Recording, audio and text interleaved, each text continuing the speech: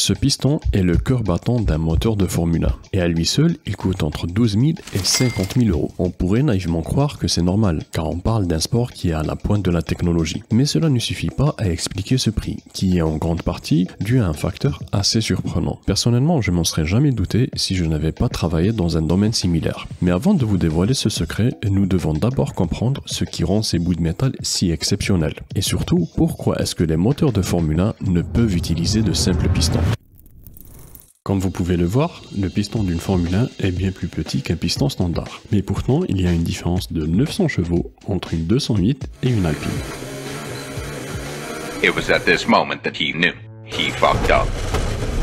Et le secret de leur puissance réside dans le métal utilisé, mais surtout dans la précision de l'usinage. Contrairement à un moteur conventionnel, les pistons d'une Formule 1 sont faits à partir d'un alliage d'aluminium. Mais c'est quoi l'alliage? Un alliage, c'est simplement du café au lait. Tu mélanges du café, du lait et ça te donne une nouvelle boisson. Par contre, il faut être très précis dans le dosage. Par exemple, si vous mélangez 2 g de carbone à 100 g de fer, vous aurez de l'acier. Mais si vous y rajoutez 0,3 g de carbone en plus, vous obtiendrez alors de la fente, qui est certes bien plus dure que l'acier, mais beaucoup plus cassante. Parce que plus un alliage est dur et plus il est fragile. Contrairement à un alliage souple qui lui peut absorber les chocs sans casser. Et c'est pour ça que les pistons standards sont faits d'acier contrairement à ceux de la Formule 1 qui eux sont faits d'un alliage d'aluminium et de silicone. Évidemment, ce choix n'est pas anodin parce qu'un moteur de Formule 1 crée des conditions de pression et de température extrêmes. Et avec une rotation moyenne de plus de 15 000 tours par minute, chaque piston subit des accélérations de 200 G 250 fois par seconde. En plus de ça, les gaz comprimés à l'intérieur du cylindre peuvent atteindre des températures de plus de 2500 degrés. Quoi? 2500 degrés? Mais c'est presque la température du soleil. Effectivement, Jean Mouloud, tu as raison. Mais rassure-toi, ça n'arrive qu'au moment de la combustion et ça ne dure qu'une fraction de seconde. En revanche, la chaleur générée dans le cylindre est tellement élevée qu'elle déforme le piston. J'y reviendrai juste après.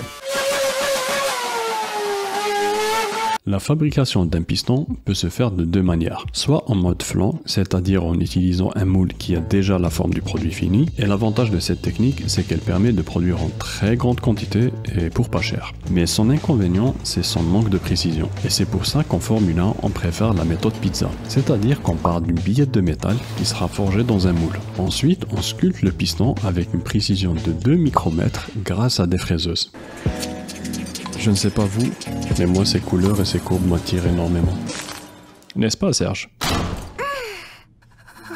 Blague à part, si jamais vous êtes dans un atelier de méca, faites très attention devant ce genre de machine. Parce que chez le tourneur du coin, vous y trouverez pas toutes ces protections. Mais si vous êtes un peu trop curieux, sachez que ces coupeaux sont à la fois très aiguisés et brûlants.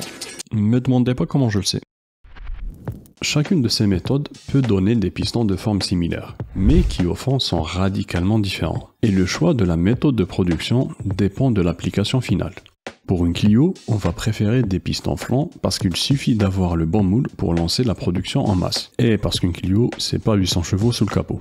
En revanche, pour une Formule 1, on va préférer le piston pizza. Évidemment, vous pouvez très bien mettre un piston coulé dans une monoplace, mais il ne fera pas long feu. Et pour comprendre l'origine de cette différence, on doit zoomer, mais vraiment zoomer, jusqu'à ce qu'on puisse voir ce qu'on appelle le grain, qui est simplement un rassemblement de plusieurs millions d'atomes. Mais son rôle est primordial, parce qu'il détermine la durée de vie du piston dans un moteur de Formule 1. En effet, ces lignes qu'on appelle aussi joints de grain sont obtenues pendant le pressage, et elles sont à l'origine de la résistance mécanique du métal, parce qu'elles vont se mettre en opposition aux 200 G d'accélération, contrairement au grain du piston coulé qui lui casserait sous la pression des 1000 chevaux. Dites-vous que ça reviendrait à donner des coups de hache sur un tronc d'arbre et sur un bout de bois aggloméré. Hop là, j'interviens très rapidement juste pour vous dire que dans cette vidéo, je n'ai pas tout détaillé et que j'ai pris pas mal de raccourcis. D'abord parce que c'est de la vulgarisation et surtout pour pas vous ennuyer. Mais s'il y a des esprits curieux parmi vous, eh bien sachez que dorénavant, chaque vidéo sera accompagnée d'un article un peu plus détaillé. Et si cela vous intéresse, vous pouvez le recevoir en vous inscrivant à ma newsletter qui est gratuite évidemment. Je vous rassure tout de suite, il n'y aura pas de spam parce que les mails suivront le même rythme que les vidéos. Et c'est reparti! Tout ce qu'on vient de voir ensemble est très important et explique en grande partie le prix. Mais cela n'aurait aucune importance si les dimensions du piston ne sont pas assez précises. Et pour illustrer mon propos, on va parler d'aviation. Lui, c'est le SR71 Blackbird, qui était connu pour sa grande vitesse et pour ses fuites de carburant. Mais c'était fait exprès parce que les ingénieurs avaient conçu l'avion à une certaine dimension, ensuite ils ont gratté quelques millimètres ici et là. Non pas pour gagner du poids, mais pour prendre en compte la dilatation du métal à cause des hautes températures qu'il atteint en plein vol. Et c'est exactement ce qui se passe pour un piston de Formule 1, qui de base est ovale, mais grâce aux atomes de silicone, les ingénieurs arrivent à contrôler sa dilatation thermique afin qu'il épouse la forme du cylindre pendant le préchauffage du moteur. Oui, Jean Mouloud. C'est à cause de ça qu'on dit qu'un piston de Formule 1 est grippé et qu'il faut faire chauffer le moteur pendant 30 minutes avant de l'allumer. Effectivement, les ingénieurs font chauffer le moteur avant de l'allumer. Mais non, le piston n'est pas grippé. D'ailleurs, ils peuvent très bien démarrer une Formule 1 sans préchauffage, mais ça va détériorer le piston et les cylindres. Alors dans tout ce qu'on vient de voir ensemble, c'est plus la complexité géométrique du piston qui augmente son prix, parce que la dilatation thermique est contrôlée grâce à sa chimie et surtout grâce à la distribution de matière dans le piston lui-même. Mais pour avoir ces résultats, il faut faire plusieurs études et beaucoup d'essais, parce que la métallurgie est une science empirique. Et tout ça, ça coûte de l'argent. Et c'est d'autant plus vrai avec chaque nouvelle réglementation.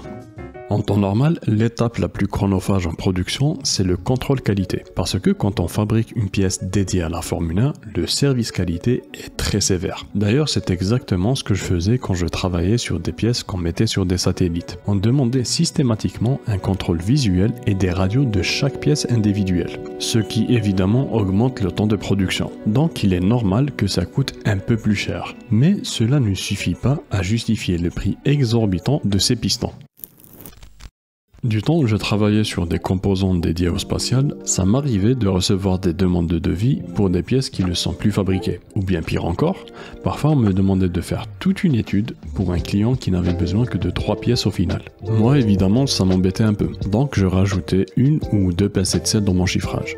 Mais franchement, ce n'était rien comparé aux marges que voulaient se faire les business managers, parce qu'ils savaient que ce genre de demande embêtait l'atelier qui devait arrêter la production de plusieurs milliers de pièces pour une commande de 3 unités seulement. Et dans ce genre de cas, il faut compenser ce manque à gagner. Mais sachez une chose, ça c'est monnaie courante dans ce genre d'industrie. Parce que c'est bien beau d'aimer le sport et d'être un vrai passionné. Mais il ne faut jamais oublier qu'avant tout, c'est un business. Donc les fabricants de pistons qui doivent arrêter leur machine pour produire une dizaine de pistons pour des Ferrari ou des Mercedes, je peux vous dire que derrière ils facturent très cher. Et c'est la raison principale qui explique les prix de ces pistons. En revanche, il faut nuancer un peu. Il est vrai que les fournisseurs de Formule 1 se mettent bien financièrement. Mais c'est aussi parce qu'ils investissent beaucoup d'argent, aussi bien en R&D qu'en production. Et ça reste vrai même pour cette caméra de bord qui coûte plus de 50 000 €, mais qui donne cette qualité d'image. Si vous voulez comprendre ce paradoxe, je vous invite à regarder cette vidéo.